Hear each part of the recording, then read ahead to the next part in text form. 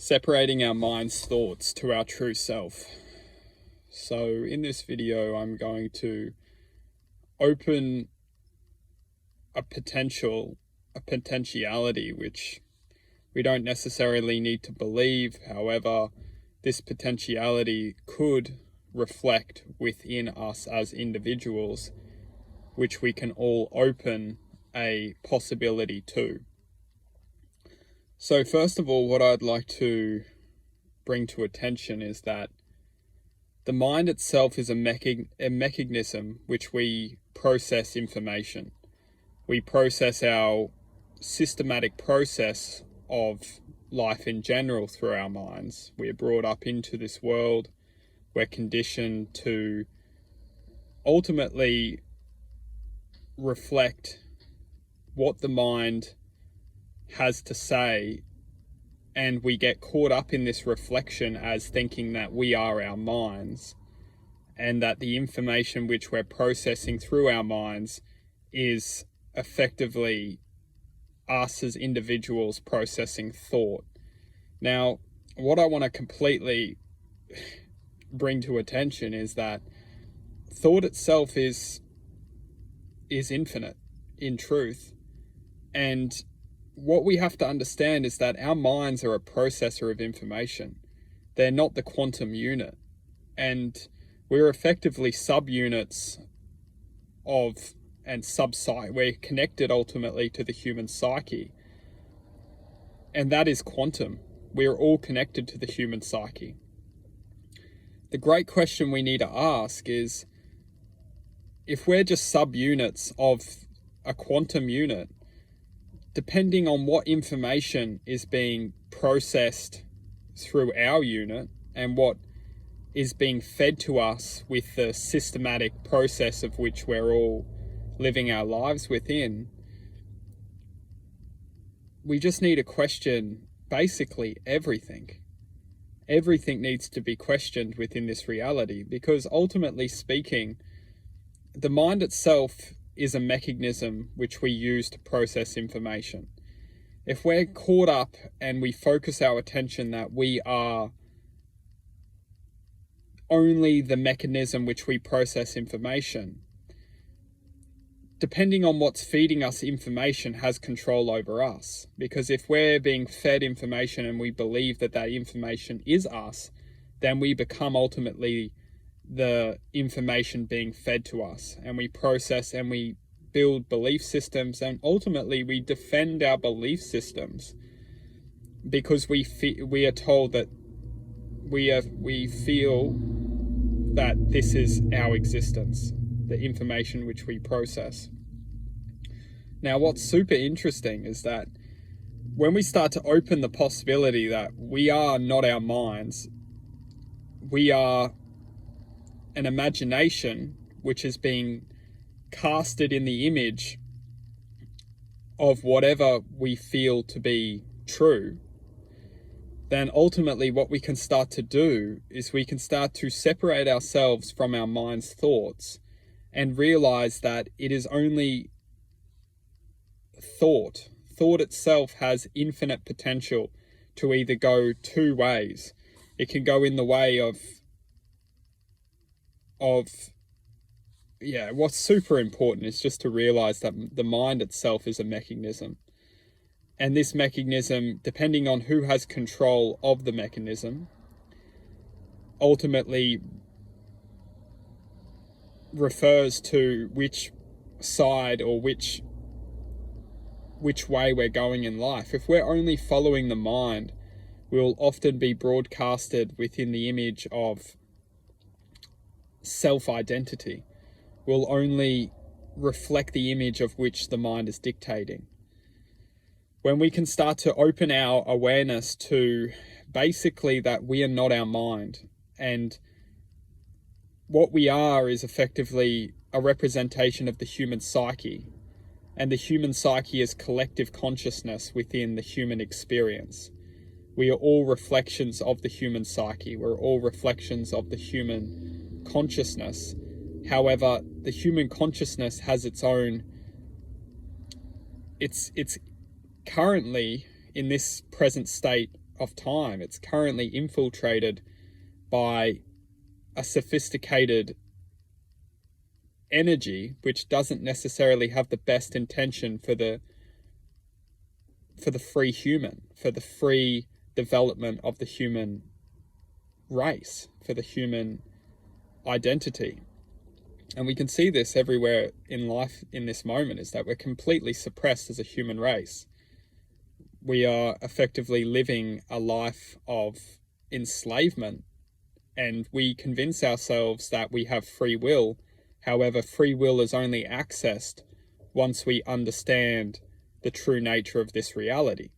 And the true nature of this reality is infiltrated by energy which doesn't have the best interest for the human psyche to develop into its true potential.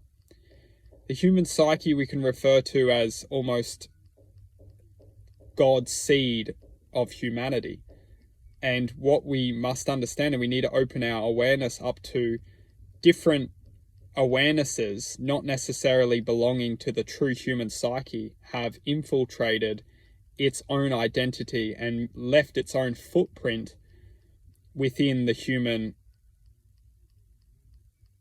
existence. And that human psyche is now infiltrated with this separate entity which has emerged itself within the human psyche. What we need to understand is that the mind itself is their footprint. The mind that we are observing life through is the footprint of this outside, you could almost refer to unnatural essence of the human psyche. And that's why we should use our minds as a means to interpret this reality. However, not use our minds to reflect this reality. Because if we're reflecting through our minds, we're ultimately encaptured within thought. And thought itself, at least from my understanding, isn't the true essence of the human being. The true essence of the human being is the harmonic nature of intuition. The intuitive human has the ultimate divine connection to greater self, and that greater self is the reflection of God throughout the human seed, throughout the human psyche. And that's why when we can reflect back into our true self, which is ultimately the true identity of our true nature, which is the human divine seed of God, we can start to come and make our way back to God itself, to the true nature of our reality, which is naturally gifted to be a free expression of the human experience. And we have to ask ourselves, how free are we? Because as long as we're living within the system, we have to fight for our freedom. And every day we are currently fighting for our freedom. And what's super powerful is understanding that if we don't fight for our freedom, if we don't fight for our truth, we'll only continue to be suppressed within the paradigm of the mind. And the paradigm of the mind and the projection, which we can refer to as the processor processing information, as long as where the information is coming from is feeding our minds with thoughts which are encapturing our belief system, which are programming our belief system, we will always be effectively a slave to our belief system. It's not about believing, it's about understanding what could be possible. And what could be possible is that we're living in the image of a divine seed which has been encaptured and programmed to perceive information in an untrue sense.